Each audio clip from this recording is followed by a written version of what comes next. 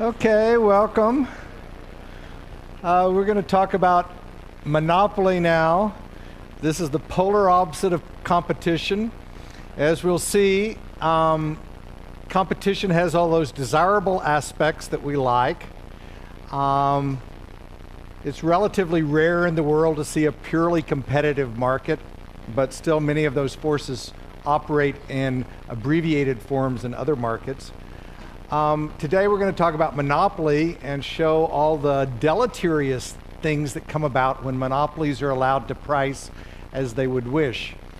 So we have kind of the polar opposite in terms of the structure of the market. It's a very different kind of market, and in the outcome from it.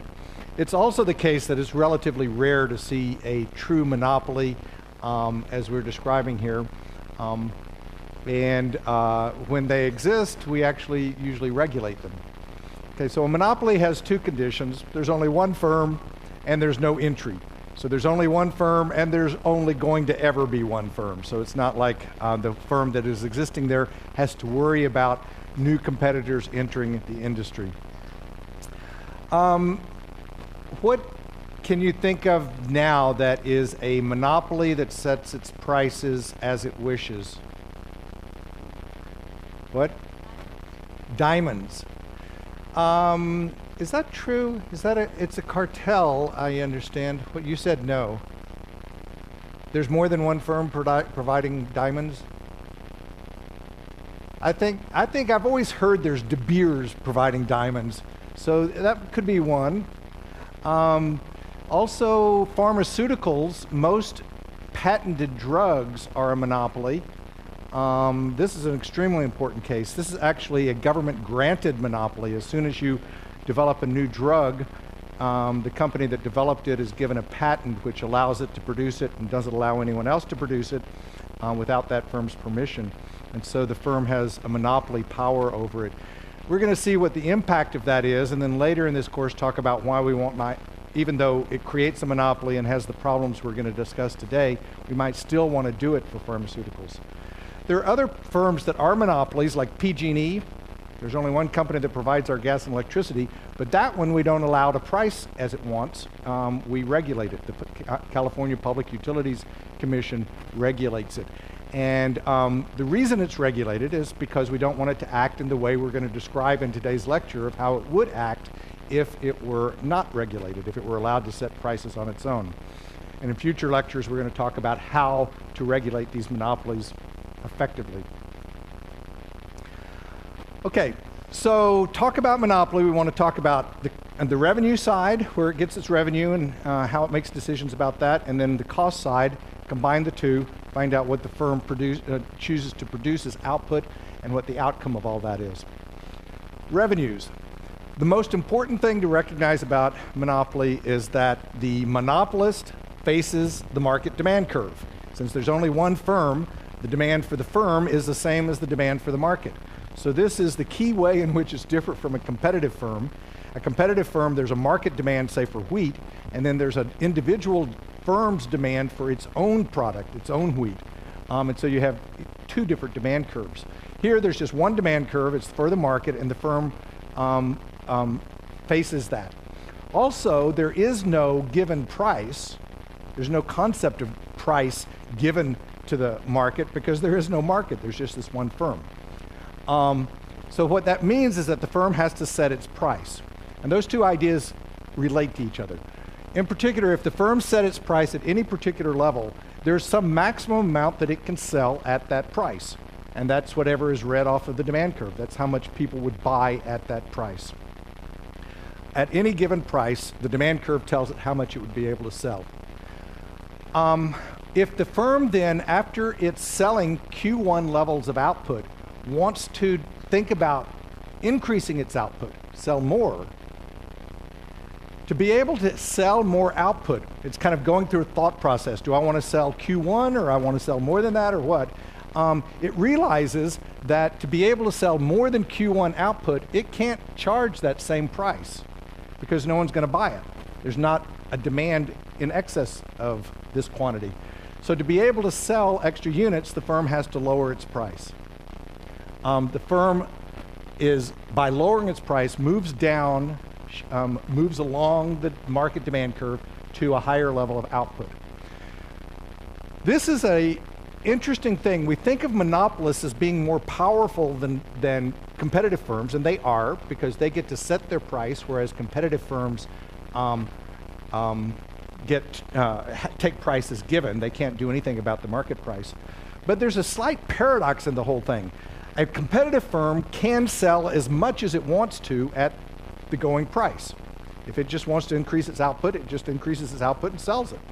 Its own decision. But a monopolist can't. So in a sense, a monopolist is constrained in a way that a competitive firm isn't. A monopolist, if it wants to sell additional output, it has to lower its price to get someone to buy that output, because it's already selling as much as it can at the higher price. If it weren't selling all of it, it just increases output by meeting market demand. What this means is that the process for the firm to decide on how much to produce is a little more complicated for the monopolist. It has to make a comparison of how much benefit it gets from expanding its output compared to the cost of doing so. And to do this, we use a concept called marginal revenue. It's the same as every other marginal idea. It's what is the impact of one extra unit on the revenue of the firm. So it's how much extra revenue does the firm get for selling one extra unit. For a competitive firm, if it sells one extra unit, it gets whatever the market price is. So there's no reason to distinguish this concept there. It's very clear. But with a monopolist, the firm can't sell an additional unit of output at the existing price. It has to lower its price. And the amount that it has to lower it is something we want to look at. So the first thing to recognize is that we have a demand curve, and then what I'm going to draw here and hope to convince you is that the marginal revenue curve is below the demand curve and touches the demand curve at this axis. Okay? So it is below it, and it splays out as you go further down. It gets further and further below it, a little farther out you go. You've got two curves now. The demand curve, which is the maximum amount you can sell at a given price, or looked at in reverse, at a given output that you want to sell, what is the maximum price you can sell it at? And then the marginal revenue, which is the extra revenue that the firm gets from selling one extra unit of output. For the monopolist, a marginal revenue is less than the price because the firm has to lower its price to be able to sell extra output. For a competitive firm, if you wanted to define marginal revenue, it would be price. So it would be marginal revenue is equal to price for a competitive firm, because it can sell one extra unit at the existing price. A monopolist can't. But it's not just that marginal revenue is below price. Marginal revenue below price is why the marginal revenue curve is below the demand curve.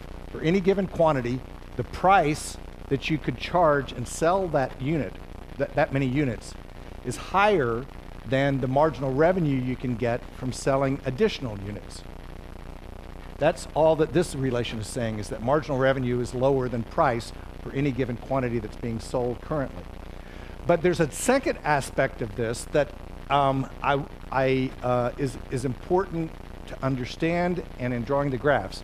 In particular, they have the same intercept, and this one gets further and further below as the quantity sold increases. As quantity increases, the difference between price and marginal revenue becomes bigger.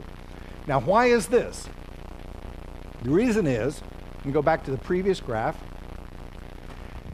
If the firm is thinking about selling Q1, and the maximum price it can charge is that amount, and then it's saying, okay, well, now let me think about another amount that's higher, Q2, and to sell that, I have to lower my price to P2.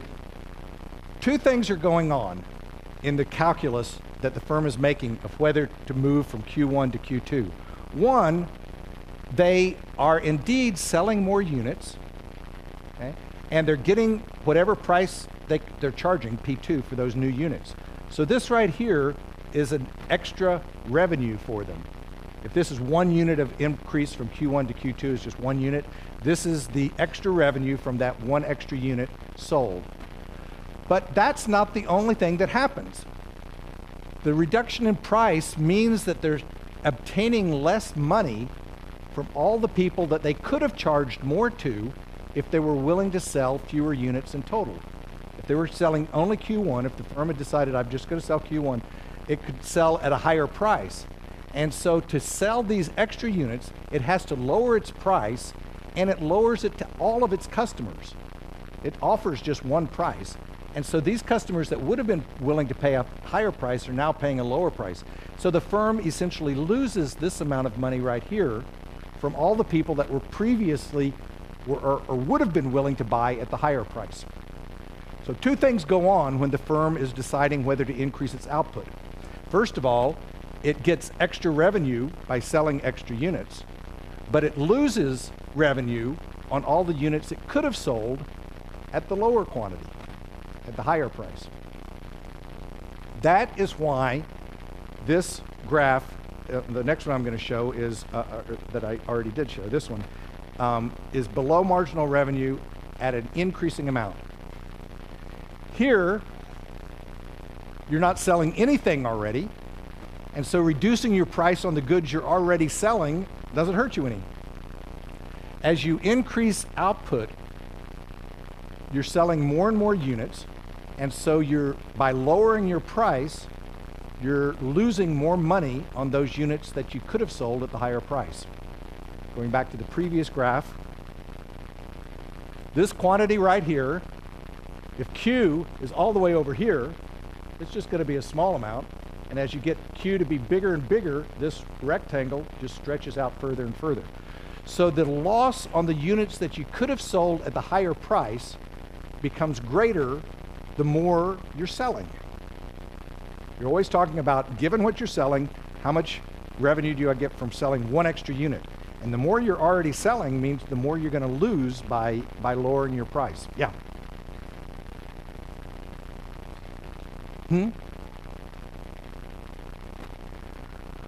On the shape of the demand curve?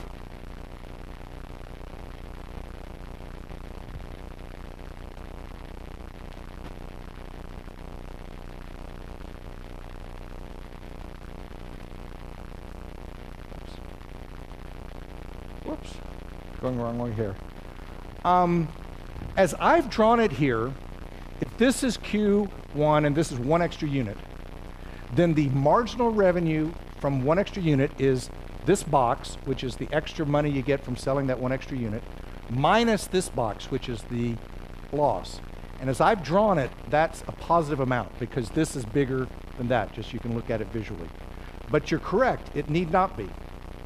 It's possible that this quantity here is smaller than this. And in fact, on any demand curve, there will be areas where increasing output actually reduces your revenue. You lose more on the units you could have sold at the higher price than you make on the extra units that you sell at the new price. That's a very important point. As I've drawn it though, the marginal revenue is positive because this extra revenue exceeds this loss on the units that you could have sold at the higher price. And that's what we have here. Marginal revenue of one extra unit is positive, but it's less than the price that you're making on that one extra unit because you're having to lower your price on all the previous units that you could have sold at the higher price. And your point, continuing it, if marginal revenue, if I just extended this curve, marginal revenue eventually becomes zero and eventually becomes negative. And that's where the extra revenue from one unit is less than the amount you're losing on all the units you could have sold at the higher price. So that's exactly what you were saying there. Of course, we don't need to consider negative marginal revenues because a firm will never move into that area. That is why this distance captures the loss from the units that you could have sold at the higher price. And as you're selling more and more units, that loss becomes greater because you're reducing the price for more and more units. So that loss is very small if you're not selling many to start with, and it gets bigger and bigger as you go along. That's why they splay out.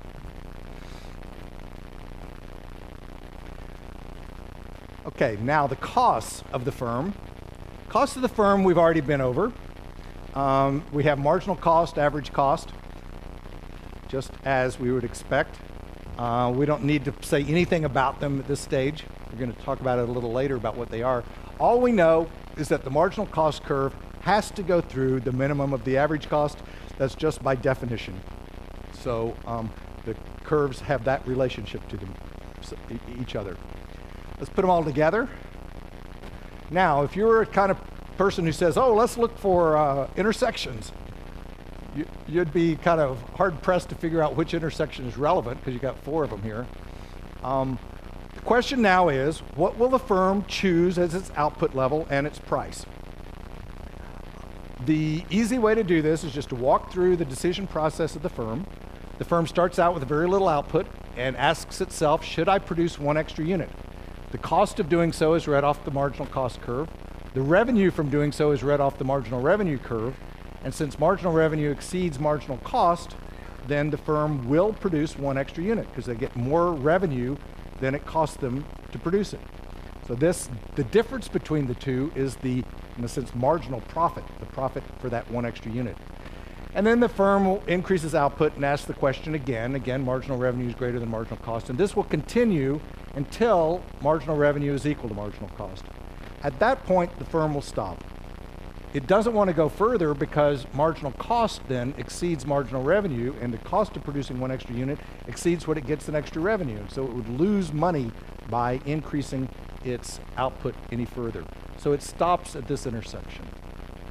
Now, so that is an easy process where we're marching the firm through levels of output. It's not the intuitive way you think about how firms make their choices. You would think, well, a firm sets its price. But this is an equivalent way that is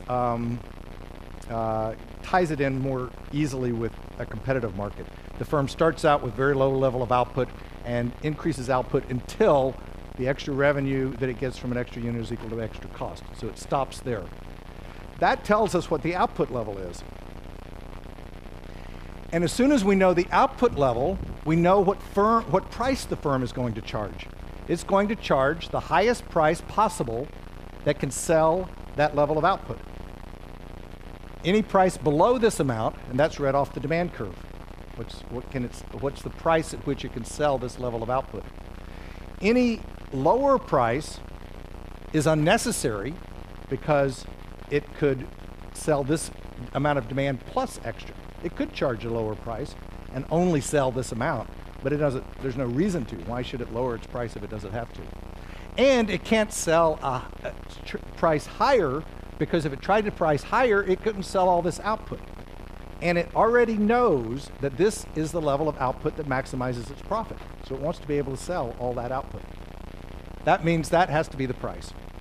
And you then calculate profits as the difference between the price and the average cost at the level of output that the firm is producing. The firm is producing at that price, and this is the average cost at that quantity of output. So that's the profit per unit, number of units. That box right there is the profits that the firm makes.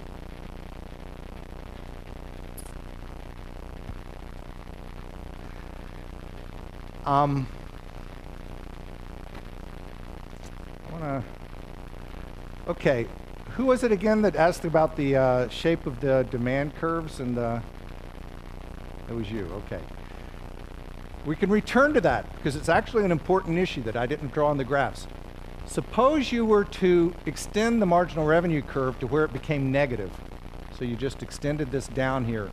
There is an area in which, like we showed earlier, if you increase your output, the extra revenue you get from the extra output is less than the amount you lose by reducing price on all your previous units. You're selling so much that reducing your price on the previous units really hurts you a lot, and it's negative.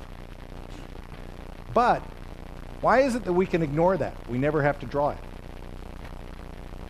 You would never have an intersection of marginal revenue with marginal cost where marginal revenue is negative, because marginal cost can't be negative.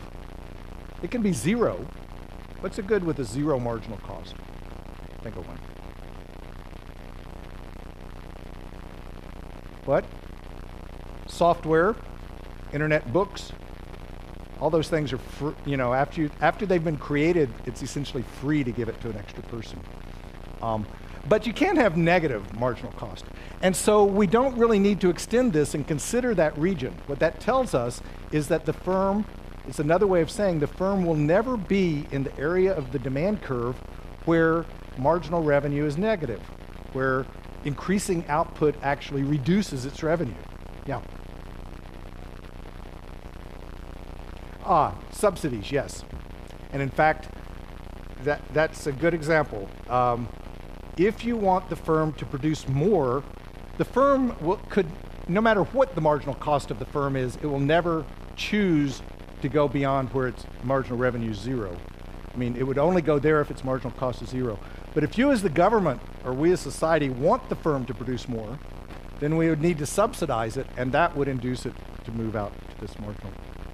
Essentially, its own marginal revenue would then not be negative because it would get the subsidy plus its own revenue. That's a good point. So what we have in equilibrium is that profits are positive, price is greater than average cost, and price is greater than marginal cost. Notice that price is necessarily greater than marginal cost because because marginal cost is equal to marginal revenue, and marginal revenue is less than price because the firm has to drop its price to sell more units. What we have then is a series of undesirable outcomes which are just about the flip of what happens in competition. We have price is greater than marginal cost. It's because the firm sets its marginal revenue equal to marginal cost, chooses output level at which marginal revenue is equal to marginal cost, and yet marginal revenue is less than price because it has to lower its price to sell an extra unit. So that means that price ends up being greater than marginal cost. What that tells us is that we're not at a social optimum. We're not at the desirable level of output from a social perspective. From a social perspective, we should produce more of this good. People's willingness to pay on the margin is equal to price, and yet the cost of producing an extra unit is less than that. So from a social perspective, we should be producing more of this good. Essentially what a monopolist does is produce too little of a good, and it does so because it wants to have a higher price, and the only way it can get the higher price is to sell less of the good. The firm still has a trade-off. It can't have its cake and eat it too. If it wants a higher price, it has to sell less of the good. But it's willing to give up some units of output to be able to get that higher price and maximize its profits. And that's what is harmful from a social perspective. Second, the profits are positive. And insofar as you like the idea that consumers don't transfer income more than is absolutely necessary to keep the firm in business to the firm, then you would think this is not desirable. Price is greater than average cost, which is just another way of writing profit equals is greater than zero. What this means is each person is paying more than their cost, their fair share of the cost of production. And price is greater than the minimum of the average cost, which means that we're not producing at the lowest possible cost of producing this good. Finally, there is no mechanism to eliminate waste. This is a little bit more subtle, and it's a little less strong than you might think. The firm has an incentive to reduce waste. That is, if the firm is wasting in its production processes, it would make more profit by eliminating that waste and keeping the profit. So it would have a reason for doing so.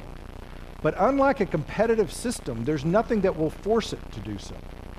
If the firm is making less profit because it's wasting, it could just continue doing that. In a competitive industry, if any firm is currently wasting and making zero profit or whatever, other firms would enter, see that as a profit opportunity, drop the price, and the firms that had been wasting would have to quit wasting or go out of business. There's no such force operating here. There's no possibility of entry that would eliminate the waste. So the firm would choose to waste and choose not to waste, but if it happened to waste, there's nothing to prevent it. Yeah.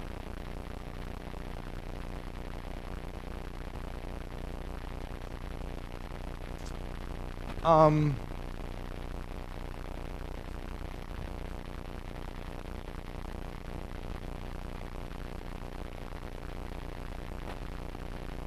only way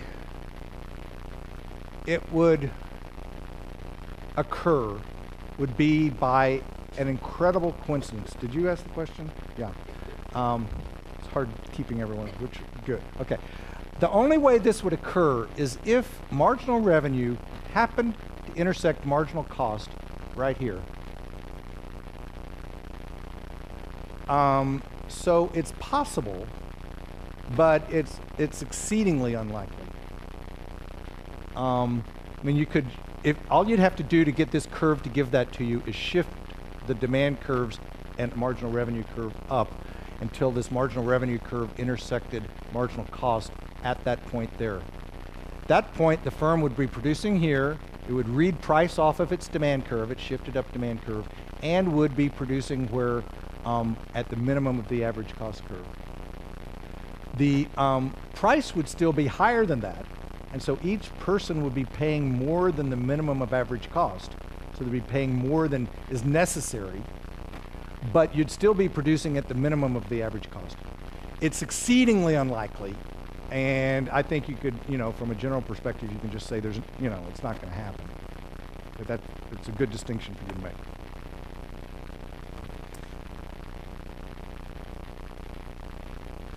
Now, let's return to the first condition, which is the one that is most problematic from to economists, that we're not at the socially optimal output, price is greater than marginal cost. And I want to look at what that cost is and why we incur it in a monopoly situation. That's what the next few graphs are going to do. This is the output level that the firm is going to choose on its own, right here. And this is the socially optimal output.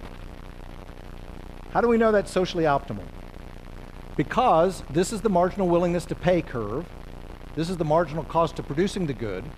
From a social perspective, you should always produce more of the good when marginal willingness to pay is greater than marginal cost, and you should quit when they're equal to each other. That's our basic concept of optimality. Always produce when people are willing to give up other goods to get more of this one. Their marginal willingness to pay is higher, is high enough to justify the cost of producing it, the marginal cost. And then not go any further. We don't want to go where people's willingness to pay is less than the cost of the good. So we stop here. That's what's socially optimal. This is where the firm produces instead. So what the firm is doing is essentially raising price above what's socially optimal because it makes profit off a higher price. Notice that it does not raise price indefinitely, though. This is something that a lot of people have a hard time with. Firms, monopolists even, have a constraint on their pricing. They can't just raise price indefinitely and make more and more money. What happens here is if the firm tried to raise price above this, they would have to cut their output. They couldn't sell as much, and the loss from selling less output exceeds the gain from having a higher price. Essentially, they'd be giving up units at which the marginal cost of producing them is less than the marginal revenue from them, and so they'd be losing profit by doing so. So the firm raises its price to a certain level, but then chooses not to raise it any further. It can't just keep raising price and make more profit. Yeah. If demand is inelastic, I love it. How many of y'all have done this in section? This is a section topic.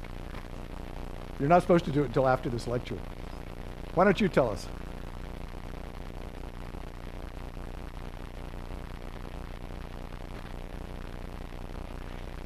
If demand is inelastic, what does that mean?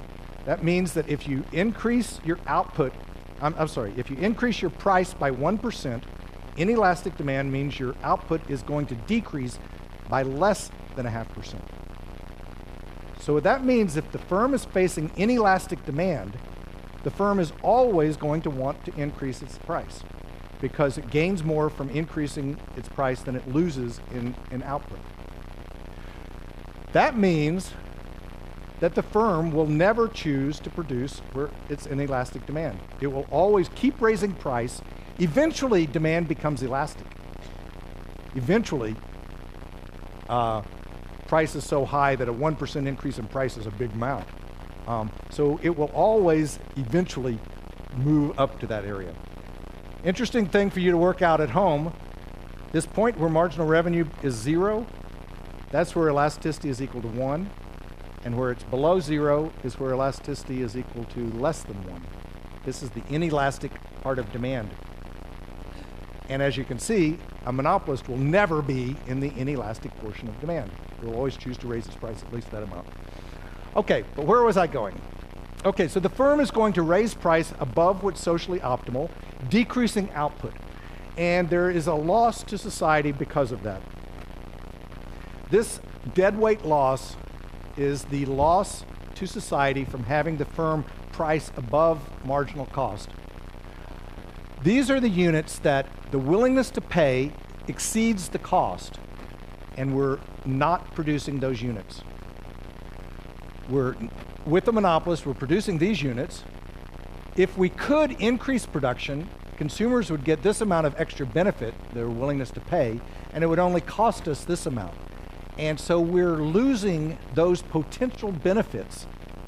Another way to look at it is as we go from the socially optimal output to the output that is the monopolist's choice, we are losing the benefits of the consumption, the reduced consumption. The way the firm raises its price, again, if it raises its price, it has to reduce output. Even a monopolist doesn't get a free lunch. And so if it wants to raise price, which it does, output has to reduce. And society loses from that lost output because that output provides benefits to people that are in excess of the cost of that output. Now, we're going to use these kinds of graphs over and over again in this class, and you're going to be using them probably the rest of your life to think about situations like this.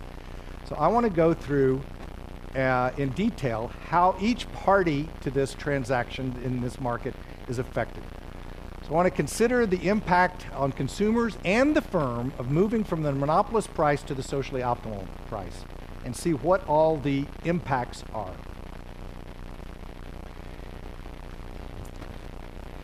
If we could increase output from what the monopolist is producing to a lower price with a higher level of output, if we could, then consumers would benefit by this area right here.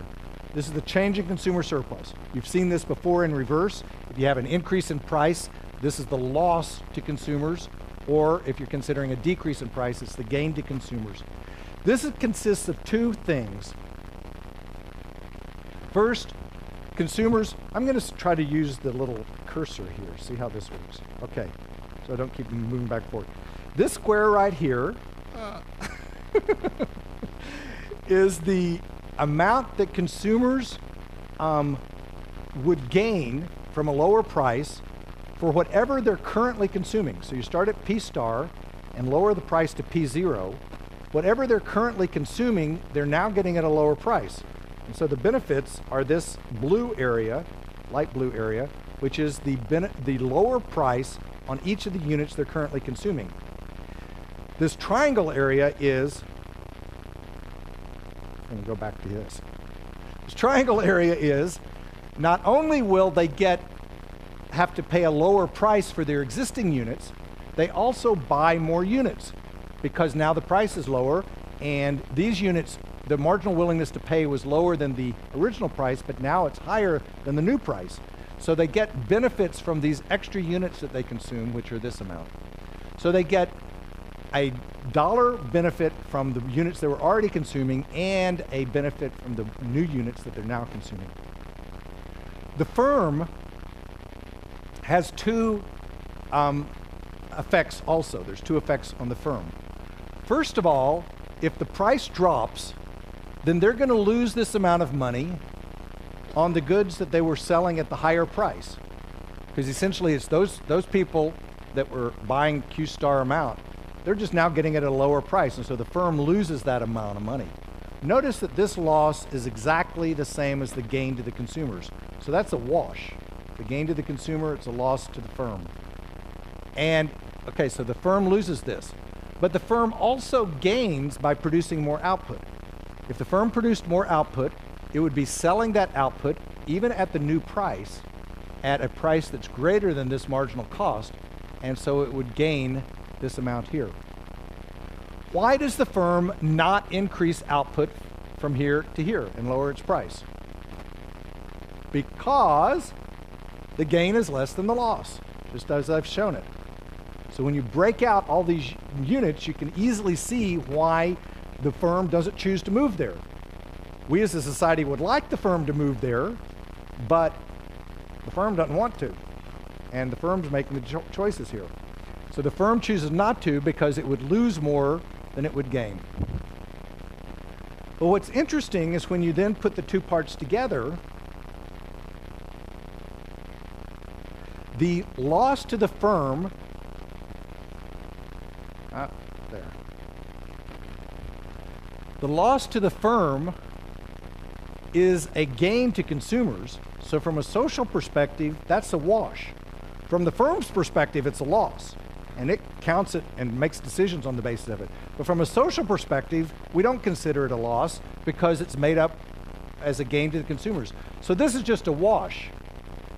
And all that happens is these extra units of output that we are now producing at the social optimal output give consumers an extra gain and the firm an extra gain. So essentially from a social perspective, there is no loss. There's a wash on this part, and then a foregone gain. And that is why it's bad to have monopoly, because we end up losing these benefits that we potentially could have had if somehow the firm could be induced to price at marginal cost instead of pricing above marginal cost. Okay, ta-da. So all of this is just repeating what I've said. Now, given all this, why do we have monopolies? In some situations, it's actually cheaper to have demand met with one firm than with numerous firms. And in those situations, it would not make sense to have competition. We want to have a monopolist from a cost perspective, but we don't want it to price like a monopolist. That's called a natural monopoly. When the price of producing the good, of meeting demand, is lower with one firm than with multiple firms, then it's called a natural monopoly. Another definition that is relevant here is increasing returns to scale. Increasing returns to scale is an aspect of technology that either exists or does it for a particular production process. It's when a given percent increase in all inputs bring about more than a percent increase in the output. So if you double all your inputs, suppose there's some synergy in production, which means that you can produce more than twice as much output. So you double your inputs, you get more than twice as much output. What does this necessarily imply about the average cost curve? Average cost necessarily, if there's increasing returns to scale in the production process, average cost is necessarily decreasing because average cost is the total cost divided by quantity. If we double our inputs, our total cost doubles, but our output more than doubles. That means this goes up by more than 2. So the ratio goes down. The top number doubles, the bottom number more than doubles, so their ratio decreases. What that tells us is when there's increasing returns to scale in the production process, it's just something that's given by technology. It's not something the firm controls or even the government can control. It's just how production operates in this industry. Then average costs are going to fall. And if we have average cost curve dropping at all levels of demand output up to the demand curve, it makes no sense to have competitive firms. What we want, what we would like, is to have one firm producing here, which is the lowest possible cost of meeting demand. Why should we have 10 firms, each of them producing a tenth of that, somewhere way up here, at a very high price, at a very high cost? That's simply a waste to society. So when we have this kind of demand average cost curve, the average cost curve is downward sloping, getting lower and lower for all levels of output beyond, before you get to market demand. We want there to be a monopoly from a cost perspective, but we don't want it to price like a monopolist. That is what a natural monopoly is. And in those situations, any attempt to bring about competition will necessarily fail. And so we just need to resign ourselves to the fact that there should be one firm, but we can't let it price like a monopolist. If we tried to take this firm that was producing somewhere out here and break it up, what would happen is you'd have a lot of firms that are producing extremely high cost. If any of them happen to gain market share, kind of get an advantage over their competitors, it would sell more. Its average cost would go down. It could undercut its competitors. That would get it even more of the market. It could continue on, and it would just, one of those firms would eventually move out and take over the market. So even if we tried to bring about competition here, it would fail. In a situation with natural monopoly, we have the basic dilemma that we cannot have the advantages of competition, and yet we don't want to have a monopolist that's unregulated. So what the policy conclusions are is when you have a natural monopoly, when from a cost perspective we want there to be only one firm, then we allow the monopolist, but we regulate it. That's what we do with PG&E. We recognize that we want to have one firm producing gas and electricity in the area, and then we regulate it to keep its price as close to marginal cost as possible. And then when there's not a natural monopoly, then we try to prevent the growth of monopoly power. When there's not a natural monopoly is when it's actually cheaper to have lots of firms than just one. And we want to prevent the growth of a monopoly in those situations to prevent the deleterious aspects of monopoly pricing. Okay? Everyone happy? Great. We will talk about monopolistic competition next Wednesday. Thank you.